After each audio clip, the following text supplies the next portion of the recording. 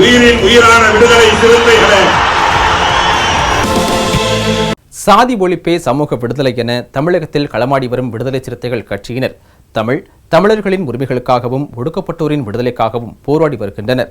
இன்றைய களத்தில் சிறுத்தைகள் பகுதியில் விடுதலை சிறுத்தைகள் கட்சி தலைவர் எழுச்சி தமிழரின் நிகழ்ச்சிகள் மட்டுமின்றி எழுச்சி தமிழரின் ஆணைக்கிணங்க களத்தில் சிறுத்தைகள் பங்கேற்ற நிகழ்ச்சிகள் அனைத்தையும் இப்போது பார்க்கலாம்.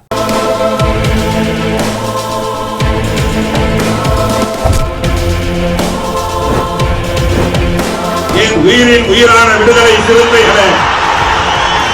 ஜனாதனம் என்கிற சமத்துவத்திற்கு எதிரான கோட்பாடை தகர்த்தெறியக்கூடிய ஒரு மாபெரும் சக்தி தந்தை பெரியார் என்று விடுதலை சிறுத்தைகள் கட்சியின் தலைவரும் சிதம்பரம் நாடாளுமன்ற உறுப்பினருமான முனைவர் தொல் திருமாவளவன் தெரிவித்துள்ளார்.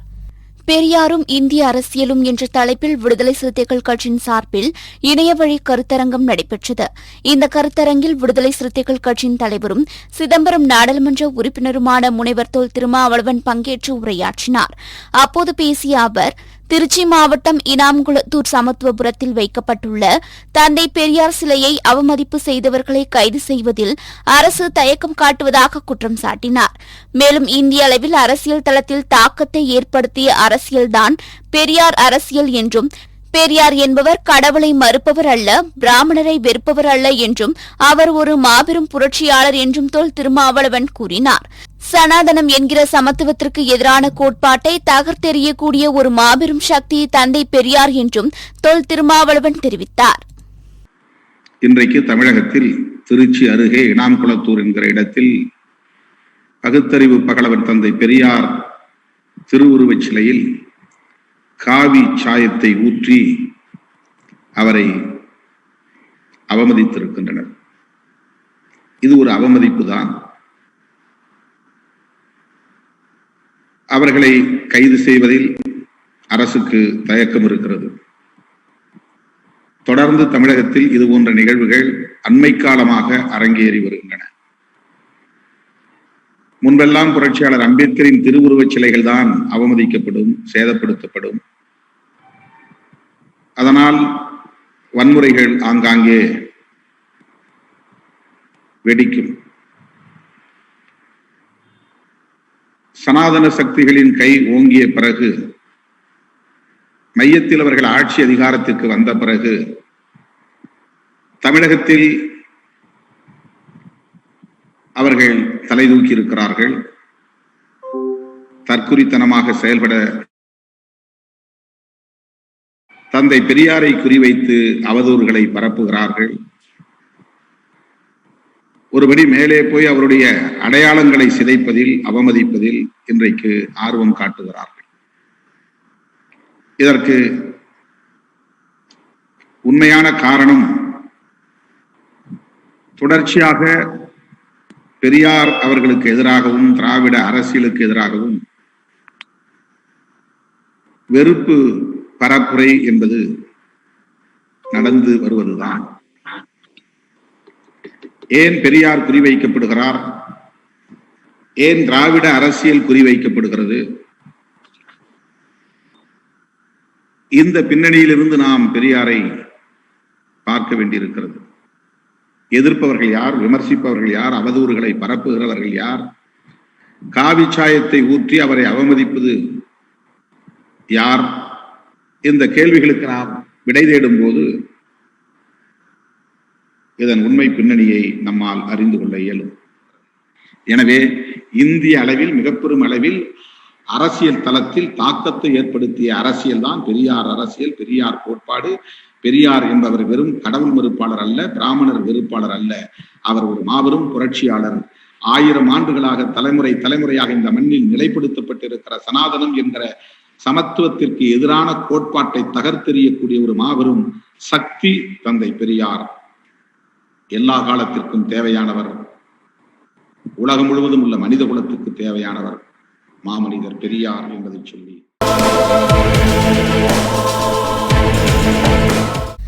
பன்னாட்டு நிறுவனங்கள் பயன்பெறவே வேளாண் சட்ட திருத்தத்தை மத்திய அரசு கொண்டு வந்துள்ளதாக விடுதலை சிறுத்தைகள் கட்சியின் தலைவரும் சிதம்பரம் நாடாளுமன்ற உறுப்பினருமான முனைவர் தொல் திருமாவளவன் குற்றம் சாட்டியுள்ளார்.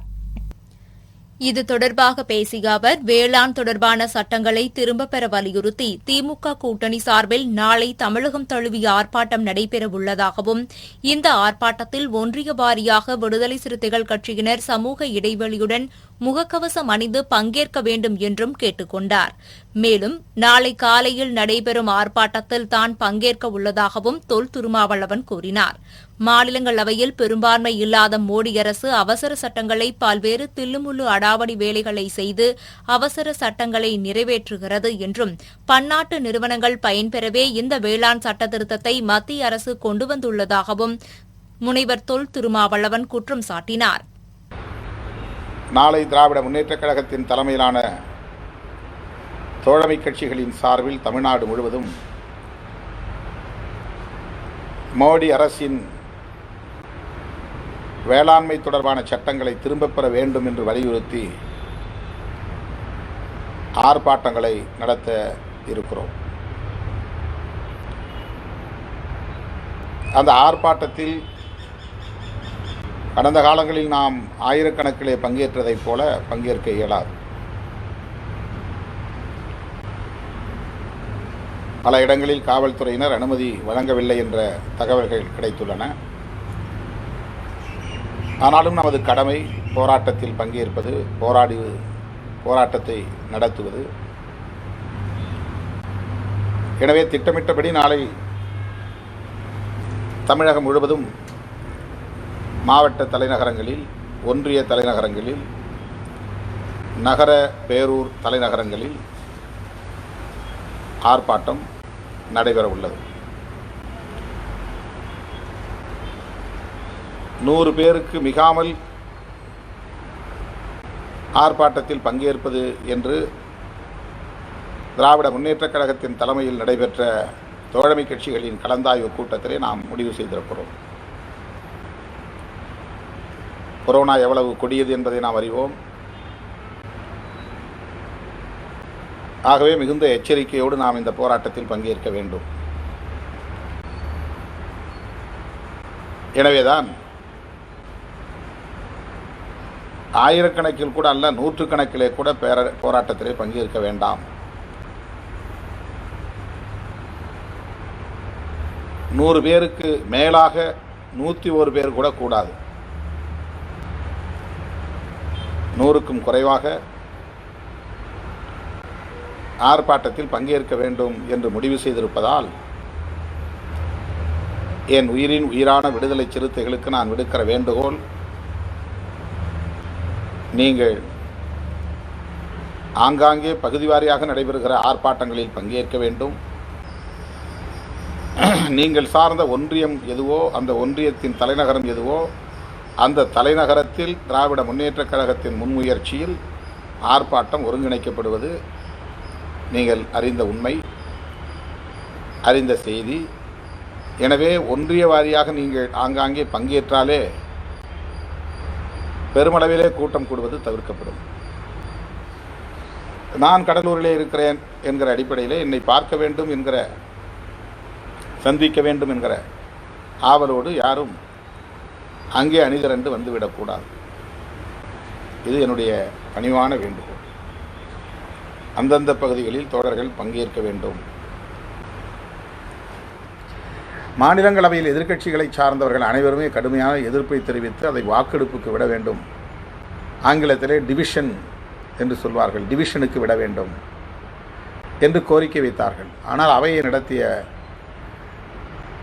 மாநிலங்களவையின் துணைத் தலைவர் அதற்கு உடன்படவில்லை. குரல் வாக்கெடுப்புக்கு ஆம் என்போர் ஆம் என்க, இல்லை என்போர் இல்லை என்க என்று சொல்வார்கள் சட்டமன்றத்திலே.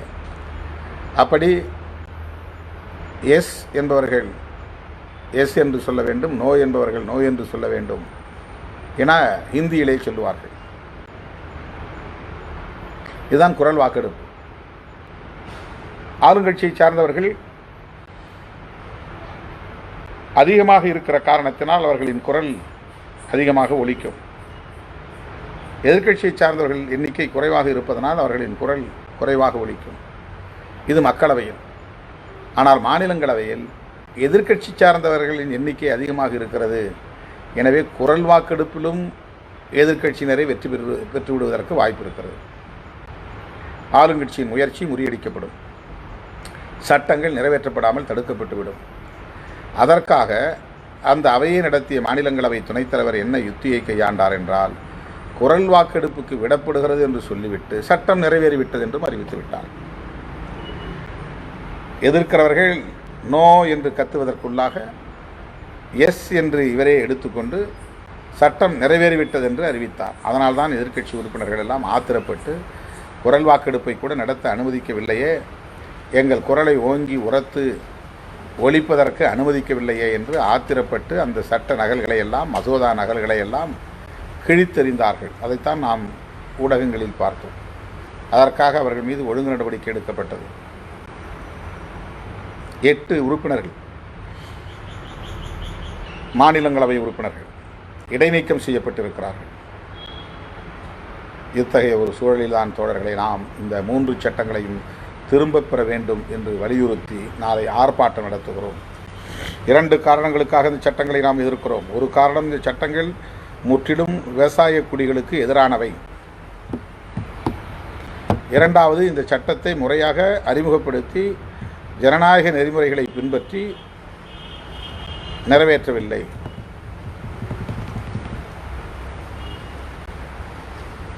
இந்த சட்டங்கள் எப்படி விவசாய குடிகளுக்கு எதிரானது? விவசாய குடிகள் என்றால் யார் யார்? சிறு விவசாயிகள், குறு விவசாயிகள், பெரு விவசாயிகள், இவர்களெல்லாம் நில உடைமையாளர்கள். 2 ஏக்கர், 5 ஏக்கர், 100 ஏக்கர், 1000 ஏக்கர் என்று ஏக்கர் கணக்கிலே நிலத்தை பெற்றிருப்பவர்கள் அனைவரும் நில உடைமையாளர்கள் அல்லது விவசாயிகள். இந்த நிலத்தில் வேலை செய்து ஏரோட்டி அல்லது உழவு செய்து அந்த வருமானத்தில் வாழக்கூடியவர்கள் விவசாய தொழிலாளர்கள். சிலர் சொந்தமாக மாடு வைத்திருப்பார்கள், சிலர் சொந்தமாக ஏர் வைத்திருப்பார்கள். ஆனால் சொந்தமாக நிலம் இருக்காது. ஏரும் மாடும் இருக்கும். அவன் உழவனாக இருப்பான், ஆனால் விவசாயியாக இருக்க மாட்டான். விவசாயி என்றால் அவன் குறைந்தபட்ச அளவில் நிலம் உடையவனாக இருப்பான், சொந்த நிலம் உள்ளவனாக இருப்பான், சொந்த விளைநிலம் உள்ளவனாக இருப்பான், சொந்த நிலத்தில் விவசாயம் செய்யக்கூடியவனாக இருப்பான். அவன்தான் விவசாயி. நம்மை போன்றவர்கள் யார்? நிலம் நம்மிடத்திலே இல்லை, ஆனால் கை இருக்கிறது, கால் இருக்கிறது, உழைக்க முடியும். மாடுகள் இருக்கின்றன, ஏர் கலப்பைகள் இருக்கின்றன, உழைக்க முடியும்.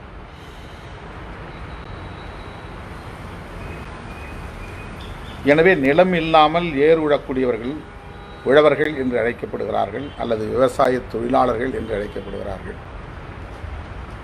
விவசாய தொழிலாளர்கள் அல்லது கூலி தொழிலாளர்கள் இவர்களும் விவசாய குடிதான். இந்த தொழிலை செய்யாமல், நிலம் இல்லாமல் இந்த உற்பத்தியை நுகரக்கூடிய பொதுமக்கள். என்ன உற்பத்தி? நெல் உற்பத்தி, தானிய உற்பத்தி, பருப்பு வகைகள் உற்பத்தி, கீரை வகைகள் உற்பத்தி, காய் கனிகள் உற்பத்தி, சிறுதானியங்கள் உற்பத்தி, கரும்பு உற்பத்தி, பருத்தி உற்பத்தி, எல்லாம் விவசாய விளைபொருட்கள். ஆனால் நிலம் சொந்தமாக இருக்காது, உழவு சாதனங்கள் சொந்தமாக இருக்காது. ஆனாலும் இவர்களுக்கு அரிசி தேவை, வாழ்ந்தாக வேண்டும். இவர்களுக்கு பெயர் தான் நுகர்வோர் என்று பொருள், கன்சியூமர்ஸ். விவசாயியாகவும் இல்லை, விவசாய கூலி தொழிலாளர்களாகவும் இல்லை. ஆனாலும் விவசாயம் சார்ந்து, விவசாய உற்பத்தியை சார்ந்து, விவசாய விளைபொருள்களை சார்ந்து வாழக்கூடிய மக்கள். எனவே எல்லோருமே நாம் விவசாய குடிகள் தான். எனவே இந்த விவசாய குடிகளுக்கு சாதகமான சட்டங்களா இந்த சட்டங்கள் என்றால் இல்லை. சிறு குறு விவசாயிகளின் கைகளில் உள்ள நிலங்களை எல்லாம் பறிப்பதற்கு ஏற்ற வகையில் அந்த நிலங்களை பறித்து பெரிய பெரிய பண்ணை முதலாளிகளிடம் ஒப்படைக்கக்கூடிய வகையில் இந்த சட்டங்கள் நிறைவேற்றப்பட்டிருக்கின்றன. பன்னாட்டு வரலாற்றை எழுதும் பணியை கல்வியாளர்களிடமும் வரலாற்று அறிஞர்களிடமும் விட்டுவிட்டு நாட்டின் பொருளாதாரத்தை காப்பாற்றும் பணியில் மத்திய அரசு அக்கறை காட்ட வேண்டும் என்று விடுதலை சிறுத்தைகள் கட்சியின் தலைவரும் சிதம்பரம் நாடாளுமன்ற உறுப்பினருமான முனைவர் தொல் திருமாவளவன் கேட்டுக் கொண்டுள்ளார். இதுகுறித்து அவர் வெளியிட்டுள்ள அறிக்கையில், மத்திய ஆளும் பாஜக அரசு இந்திய பண்பாட்டு வரலாற்றை எழுதுவதற்காக குழு ஒன்றை அமைத்துள்ளதாகவும் அதில் தென்னிந்தியாவை சார்ந்தவர்களோ மதசார்பின்மையினரோ தலித்துகளோ இடம்பெறவில்லை என்பதை சுட்டிக்காட்டி பலரும் கண்டனம் தெரிவித்து வருவதாகவும் அந்த குழுவை மாற்றியமைக்கப் போவதாகவும் அதில் பலரையும் உள்ளடக்கப் போவதாகவும் இப்போது செய்தி வெளியாகியுள்ளதாக தெரிவித்துள்ளார். ஒரு நாட்டின் பன்னாட்டு வரலாற்றை எழுதுகிற வேலை அரசாங்கத்தை சார்ந்தது அல்ல. அரசாங்கத்தால் குழு அமைத்து எழுதப்படுகிற எந்தவொரு வரலாற்று நம்பகத்தன்மை கொண்டதாக ஒரு சார்பற்றதாக இருக்க முடியாது என்றும் இது எந்தவொரு நாட்டிற்கும் பொருந்தும். எனவே இத்தகைய ஒரு குழுவை அமைக்க தேவையில்லை என்றும் விடுதலை சிறுத்தைகள் கட்சியின் தலைவரும் சிதம்பரம் நாடாளுமன்ற உறுப்பினருமான முனைவர் தொல் திருமாவளவன் குறிப்பிட்டுள்ளார். மேலும் பண்பாட்டு வரலாற்றை எழுதும் பணியை கல்வியாளர்களிடமும் வரலாற்று அறிஞர்களிடமும் விட்டுவிட்டு நாட்டின் பொருளாதாரத்தை காப்பாற்றும் பணியில் மத்திய அரசு அக்கறை காட்ட வேண்டும் என்றும் அவர் வலியுறுத்தியுள்ளார்.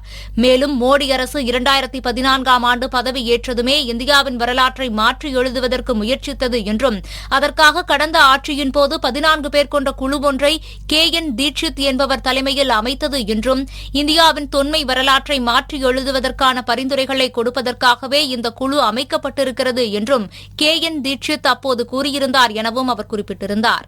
ஆரியர்கள் இந்த நாட்டின் பூர்வ குடிகள் அல்ல. அவர்கள் இந்த நாட்டிற்கு வெளியிலிருந்து சில ஆயிரம் ஆண்டுகளுக்கு முன்பு வந்தவர்கள் என்றும் அவர்களுக்கு முன்பே இங்கு சிறுபான பண்பாட்டு மக்கள் வாழ்ந்திருந்தனர் என்பதே வரலாற்று உண்மை என்றும் அண்மை காலங்களில் DNA அடிப்படையில் செய்யப்பட்ட ஆய்வுகளும் அதையே மெய்ப்பித்துள்ளதாகவும் அது மட்டுமின்றி சிந்துவெளி பண்பாடும் திராவிட பண்பாடும் ஒன்றே எனவும் சிந்துவெளி மக்கள் பேசிய மொழி தமிழ்தான் எனவும் அந்த ஆய்வுகள் அறிவியல் அடிப்படையில் மெய்ப்பித்துள்ளதாகவும் விடுதலை சிறுத்தைகள் கட்சியின் தலைவரும் சிதம்பரம் நாடாளுமன்ற உறுப்பினருமான முனைவர் தொல் திருமாவளவன் தெரிவித்துள்ளார். இந்த நாடு முழுவதும் நாகர்களே ஆட்சி புரிந்தனர். அவர்கள் பேசிய மொழி தமிழ்தான். தமிழர் என்பதே சமஸ்கிருதத்தில் திராவிடர் என திரிபடைந்தது என்றும் இந்தியா முழுவதும் பரவியிருந்த திராவிடர்கள் ஆரியர் குடியேற்றத்திற்கு பின்னர் தென்னிந்தியாவிற்குள் தள்ளப்பட்டனர் என புரட்சியாளர் அம்பேத்கர் பல்வேறு ஆதாரங்களை கொண்டு தெளிவுபடுத்தியுள்ளார் என்றும் அவர் தெரிவித்துள்ளார். அறிவியல் அடிப்படையிலான இந்த வரலாற்று உண்மைகள் இன்றைய இந்துத்துவாதிகளுக்கு பிடிக்கவில்லை. அதனால் இதை புராணங்களின் அடிப்படையில் மாற்றி எழுத முயற்சிக்கிறார்கள் என்றும் அதற்காகவே இந்த மாதிரியான குழுக்கள் அமைக்கப்படுவதாகவும் விடுதலை சிறுத்தைகள் கட்சியின் தலைவரும் சிதம்பரம் நாடாளுமன்ற உறுப்பினருமான முனைவர் தொல் திருமாவளவன் குற்றம் சாட்டியுள்ளார்.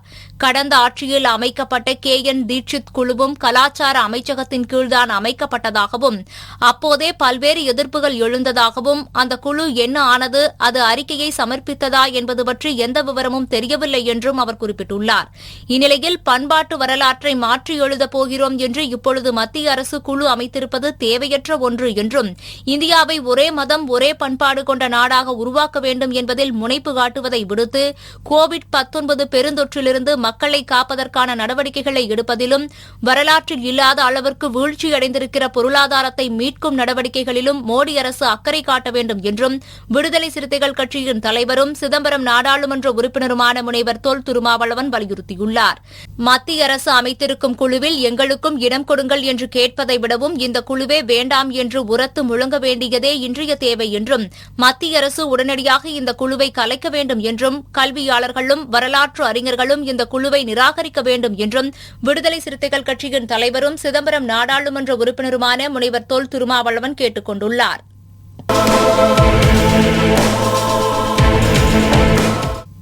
சாதியவாத மதவாத கும்பல் தந்தை பெரியாருக்கு எதிராகவும் திராவிட அரசியலுக்கு எதிராகவும் தொடர்ந்து வெறுப்பு அரசியலை பரப்பி வருவதாக விடுதலை சிறுத்தைகள் கட்சியின் தலைவரும் சிதம்பரம் நாடாளுமன்ற உறுப்பினருமான முனைவர் தொல் திருமாவளவன் குற்றம் சாட்டியுள்ளார்.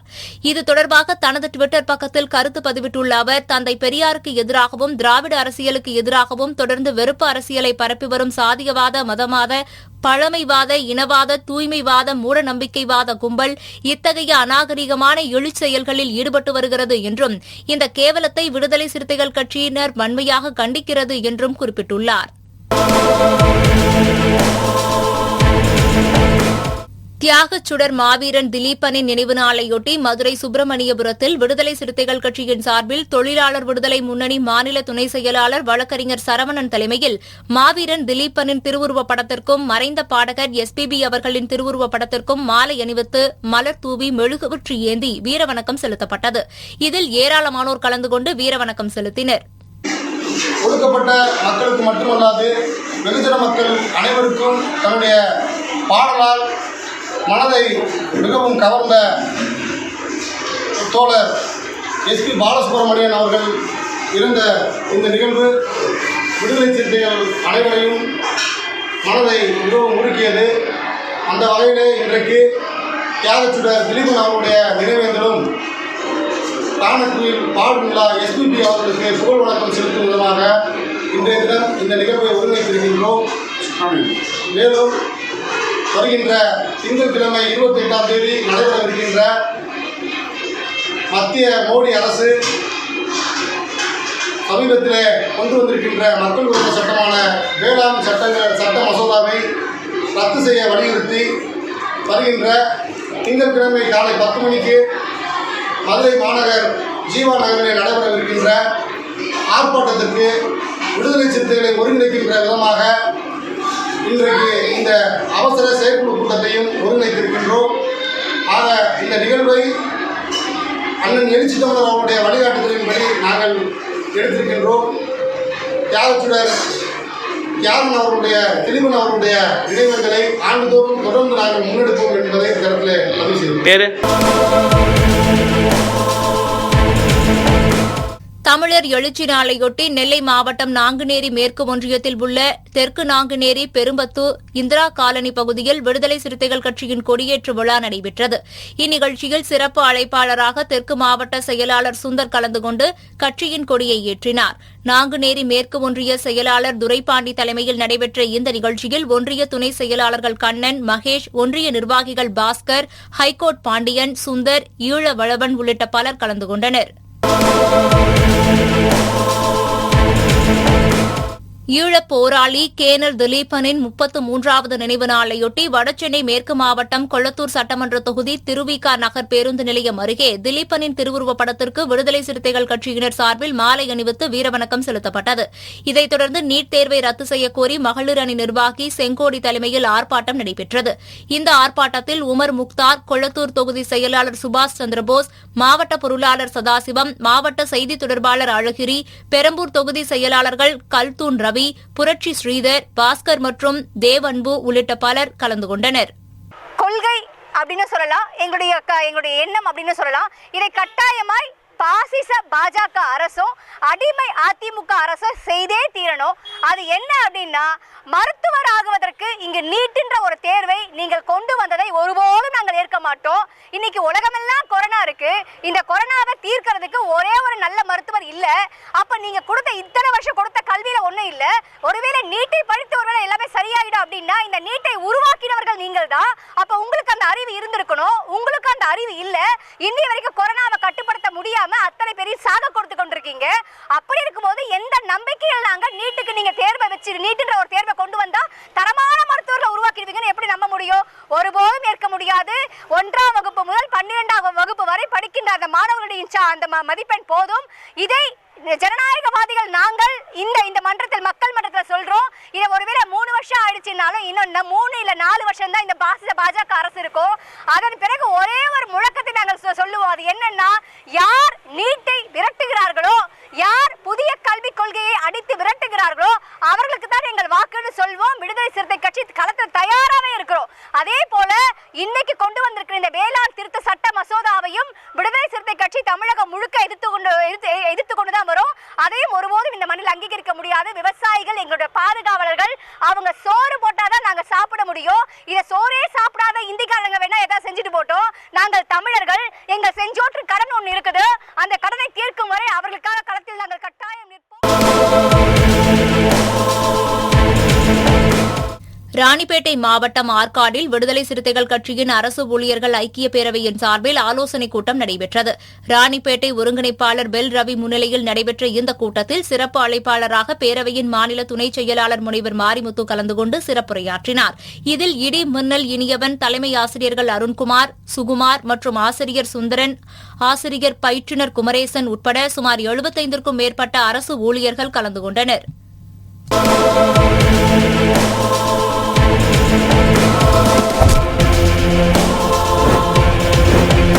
என் உயிரின் உயிரான விடுதலை சிறுத்தைகளே, இன்றைய களத்தில் சிறுத்தைகள் பகுதியில் விடுதலை சிறுத்தைகள் கட்சியினர் பங்கேற்ற நிகழ்ச்சிகள் அனைத்தையும் பார்த்தோம். நாளையும் இதேபோன்று சிறுத்தைகளின் பாய்ச்சலை களத்தில் காண்போம். நன்றி.